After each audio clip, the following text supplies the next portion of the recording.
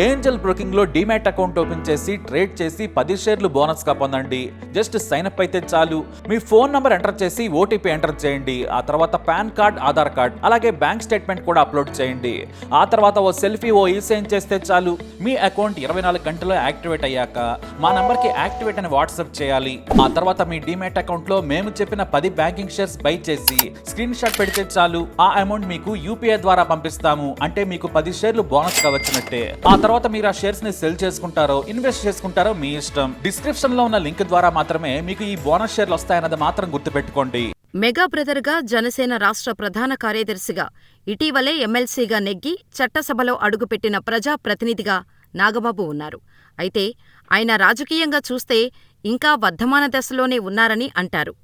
నాగబాబు గురించి రాజకీయంగా ఇంకా ఎవరికీ పెద్దగా తెలీదు అని అనుకున్నవారూ ఉన్నారు. ఇవన్నీ పక్కన పెడితే నాగబాబు ప్రధాని నరేంద్ర మోడీ ఏపీ పర్యటనకు వచ్చిన సందర్భంగా గన్నవరం విమానాశ్రయంలో అతిథులతో కరచాలనం చేస్తూ ముందుకు సాగినప్పుడు అక్కడ ఎమ్మెల్సీగా తాను కూడా కనిపించారు. ఆయన మోడీకి స్వాగతం పలికేందుకు జనసేన తరపున ఉన్నారు. అయితే ఆయన పక్కన బీజేపీకి చెందిన మాజీ AP president MLC Somu Veerraju ఉన్నారు.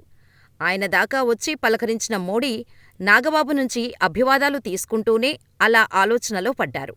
ఆయన నాగబాబును గుర్తుపట్టలేదని అక్కడ ఉన్నవారు అనుకున్నారని చెబుతున్నారు. మరి జనసేన అధినేత పవన్తో ఎంతో ఆత్మీయంగా అనుబంధం కొనసాగించే నరేంద్ర మోడీ ఆయన సోదరుడు అయిన నాగబాబుని గుర్తుపట్టలేదా అన్న చర్చ సాగుతోంది. అయితే నాగబాబును గుర్తుపట్టకపోవడంలో వింత కూడా ఏమీ లేదని అంటున్నారు. ఆయన ఇంకా ఫుల్ టైం పొలిటీషియన్గా ఎస్టాబ్లిష్ కాలేదు కదా అని అంటున్నారు. నాగబాబు ఇప్పుడే ఎమ్మెల్సీ అయ్యారు. ఆయన భవిష్యత్తులో మరింతగా ముందుకు వచ్చి రాజకీయంగా తన సత్తా చాటుకొని తానేంటో రుజువు చేసుకుంటే అప్పుడు మీడియాలో ఎక్కువగా మెరుస్తారు.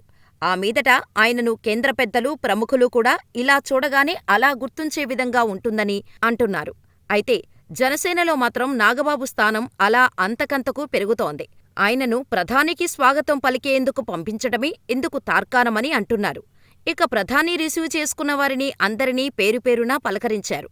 అంతేకాదు వారి గురించి ఆయనకు తెలిసిన విషయాలు కూడా పంచుకున్నారు. అంతేకాకుండా వారి యోగక్షేమాలు కూడా ప్రస్తావించారు. మరి నాగబాబు వద్దకు వచ్చేసరికి మాత్రం ఆయన గుర్తుపట్టలేదని ఒక వార్త పుకారుగా షికార్లు చేస్తోంది. జనసేన అధినేతకు ఆయన మెగా బ్రదర్ అని తెలిసి ఉంటే మోడీ నుంచి రియాక్షన్ వేరే విధంగా ఉండేదని అంటున్నారు.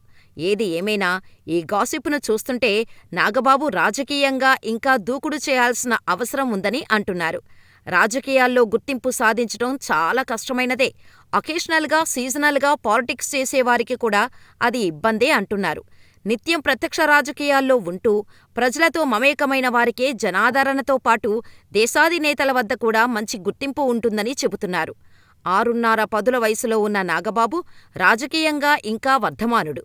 అయినా సరే ఆయన తన పూర్తి సమయాన్ని రాజకీయాలకు వినియోగించి ప్రజా సమస్యల మీద మాట్లాడుతూ ఎప్పటికప్పుడు జనంలో, మీడియాలో కనుక ఉంటే కనుక ఈయన ఓహో అని అంతా అనుకునే పరిస్థితి ఉంటుంది. సో నాగబాబు అయితే చాలా అడుగులు ముందుకు వేయాల్సి ఉంది. అంతేకాదు పెద్దలు వచ్చినప్పుడు తరచూ రిసీవ్ చేసుకోవడానికి వెళ్లటం, ఢిల్లీ టూర్స్ పెట్టుకోవటం, అక్కడ మీడియా మీటింగ్స్ నిర్వహించటం వంటివి చేయాల్సి ఉంది అంటున్నారు. మరి మీరేమంటారు?